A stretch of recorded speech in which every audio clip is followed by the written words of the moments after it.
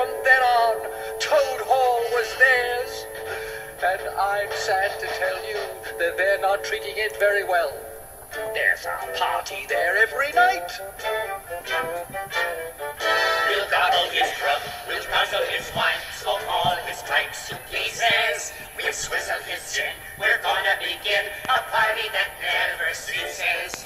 While Toad's in jail, we'll read his mail, wear his clothes and drink his ale. We'll use up all his pretty stationery.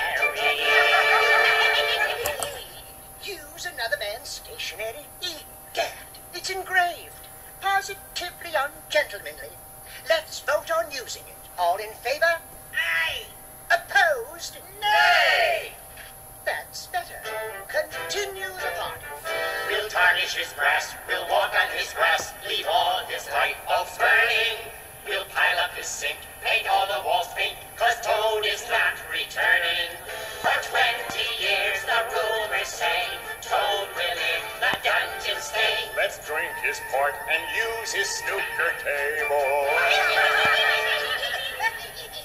Drink another man's port? Play snooker on another man's table? Never. Let's vote. In favor? Aye. Against? Nay. Thank heaven. Continue. We'll look in his drawers, we'll shorten his oars, leave rings on every table. We'll dull all his knives, knock over his hives, we'll never clean up a stable.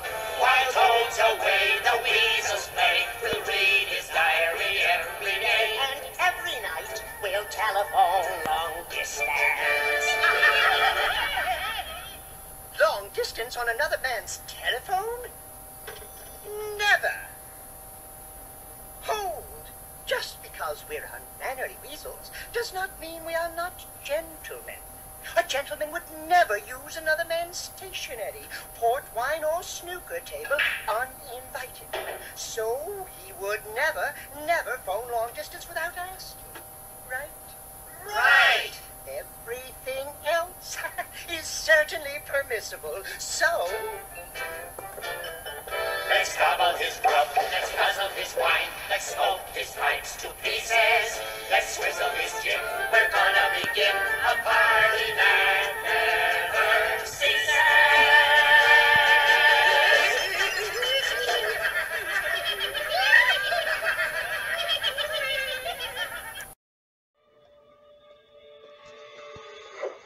Certainly will. I asked for an army.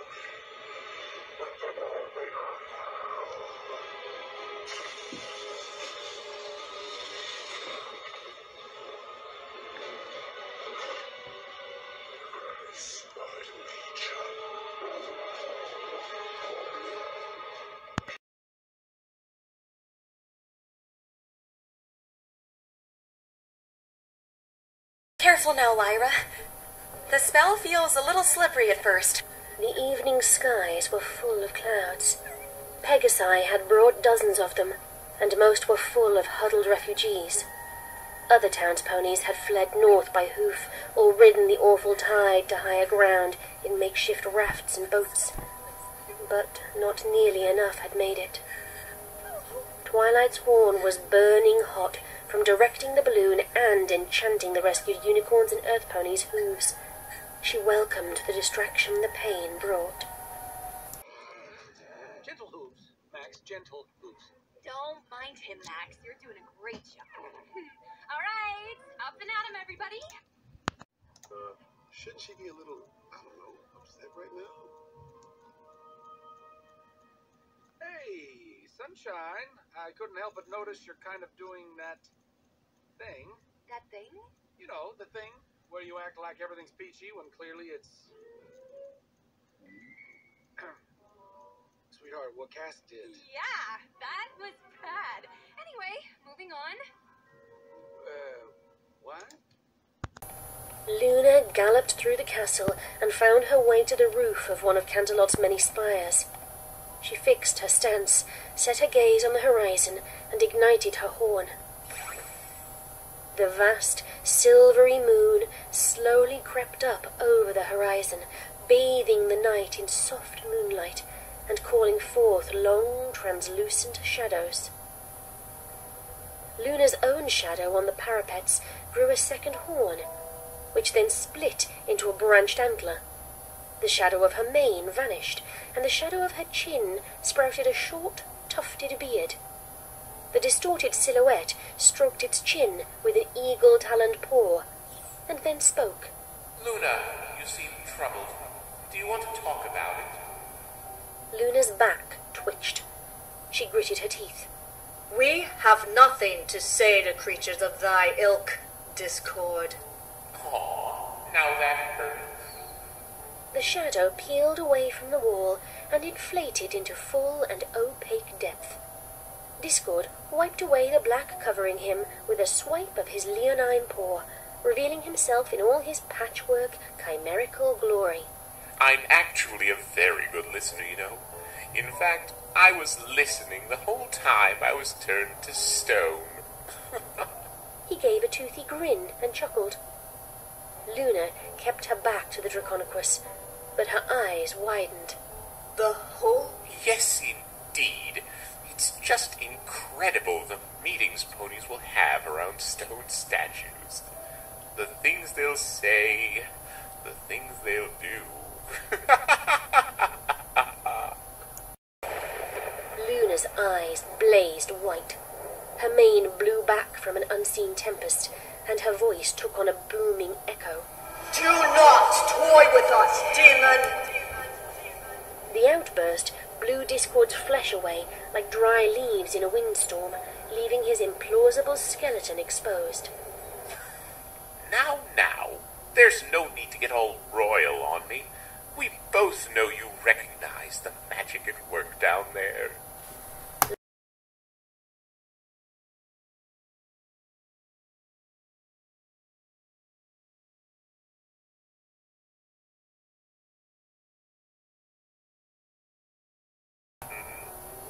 He reached up and twirled his horn and antler in his skeletal fingers, curling them downward in spirals. His voice took on a low, growling edge. Does this ring a bell? Luna's fury gave way to horror.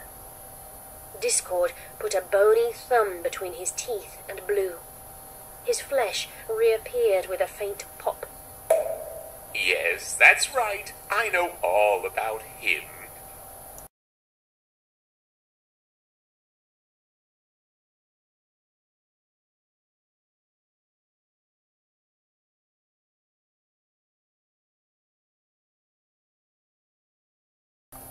But just in case things don't pan out, I've got a backup plan. Discord slithered off of Luna's back and stood next to her. We villains have to look out for each other, you know. Luna turned away once more. I am not a villain. Discord heaved a long-suffering sigh. Luna, please. We're both ex-convicts here. You don't have to pretend. After all, if Celestia trusted you to keep doing good, why did she train a replacement? Luna's wings twitched. She swished her tail. Twilight Sparkle earned her rightful place among us. She is no threat to me. She has her own destiny to fulfill. Discord sat in midair and curled into a pensive pose, his chin on his palm and his elbow on his knee. Ah, I see. My mistake. I'm sure you're right. I mean, Cadence came into her own just fine. Discord's eyes widened, as though he was struck by a sudden insight. But then again, there aren't that many unruled empires around now, are there? Not so many empty thrones. And Celestia does seem awfully close with her most faithful student.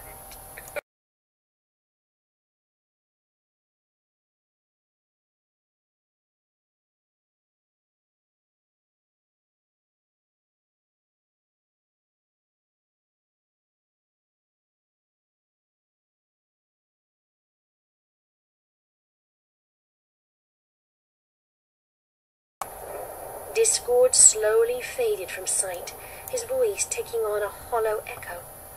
Remember what I said, Luna.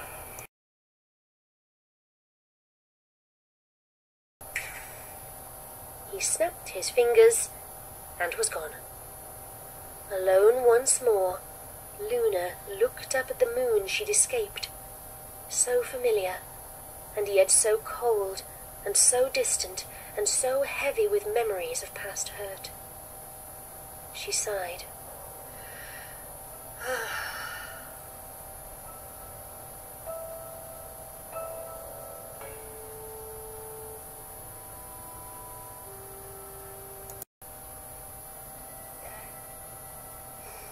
Rapunzel, I thought I made it clear. Thank you. She's gonna be okay, Dad. We'll get her back. This is all my fault. Dad, no. It's Varian and those rocks and... No, Rapunzel, you were right. I have been keeping something from you. As you know, the night you were born, your mother fell deathly ill. I was desperate to do anything to save her, and you. So I sought out the miracle of the sundrop flower. But what I've never told anyone was that there was more to the story. You see, earlier that night, I was warned that taking the sundrop would reap unimaginable consequences. That by removing the light, I'd be awakening the darkness. But I had no choice.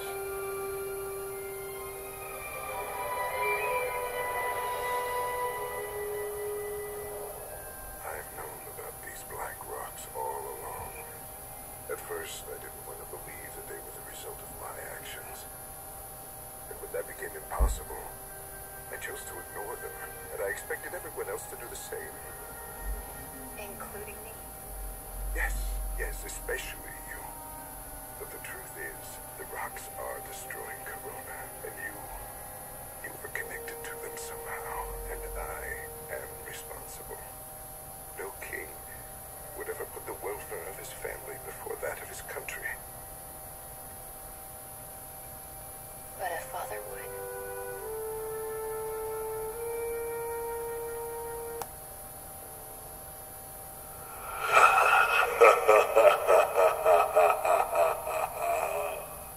Half a continent away, Grogar the skeletal ram stood on a smooth outcropping of rock in the smooth, flooded Badlands and watched the pony's despair reflected in the pale white glow of the enchanted slime pool.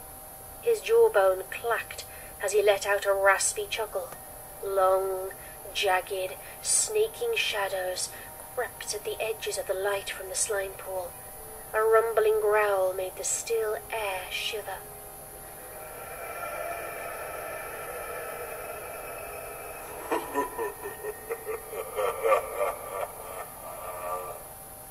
After centuries of scheming, my time has come at last, and Equestria's bright future is a thing of the past. Princesses, are you watching? I hope you enjoy the show. Once sludge and slime and eyeballs have covered everything, I'll stand upon the ruins and crown myself their king. How can you face another dawn, little ponies? There's nothing left to hope for. Grogar's coiled horns flared, and the slime pool's glow snuffed out. He unleashed an echoing laugh, and was soon joined in his sadistic glee by the deep, throaty cackling of the growing horde of smooth, splattered dragons gathering around him.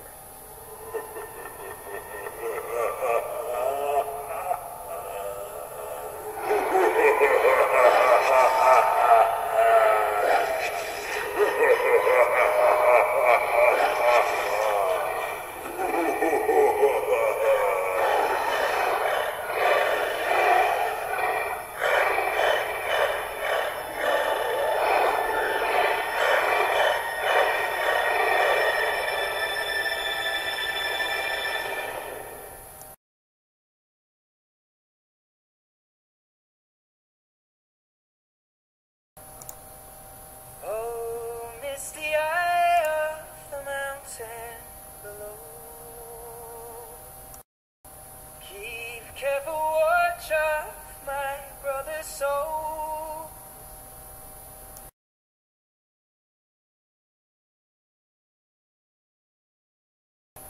And should the sky be filled with fire and smoke,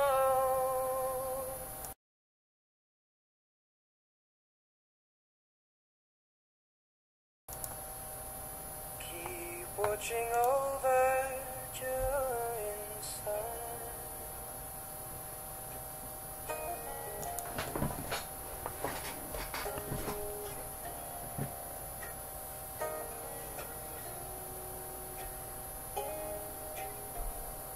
This is to end fire.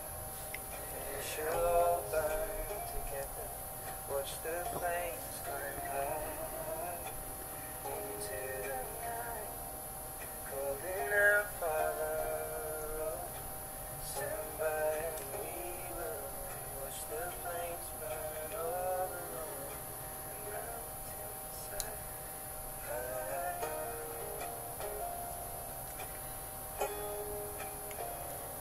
We should die tonight. We should all die together. Raise a glass of wine for the last time. Calling out Father, prepare as we will watch the flames burn all along the mountainside. Desolation.